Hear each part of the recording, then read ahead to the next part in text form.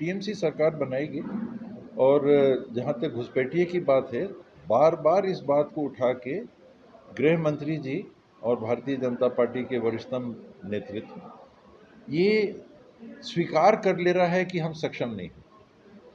अगर घुसपैठ हो रहा है तो इसको रोकने का काम पूरा का पूरा 100% केंद्र सरकार का, और केंद्र सरकार उस बात में विफल हो रही है या जानबूझ के आने दे रही है ताकि हम उसको फिर मुद्दा बना सके।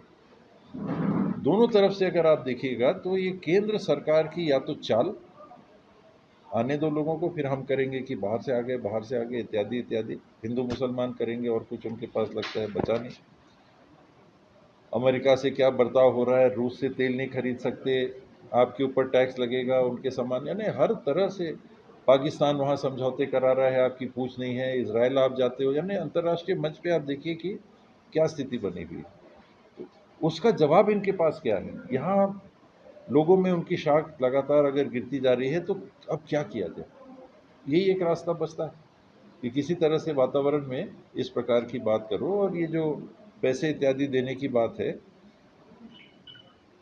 ये तो आप 3 दोगे तो कोई 3.5 देगा।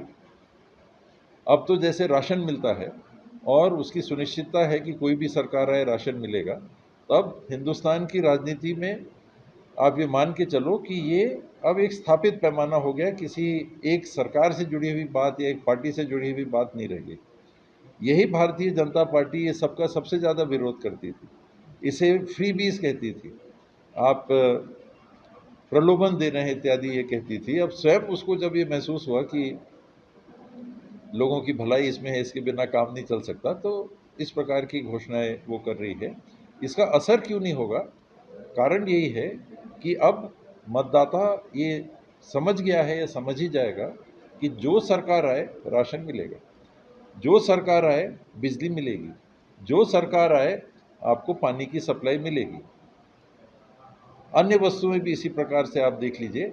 अभी छत्तीसगढ़ में स्वास्थ्य की व्यवस्था चरमराई हुई है, लेकिन स्वास्थ्य की सुविधाएं भी मिलेगी, पढ़ाई के लिए स्कूल भी आपको मिलेंगे। तो पार्टी से जुड़ी हुई बातें अब नहीं रह गई, इसके लाभ समय बीत गया।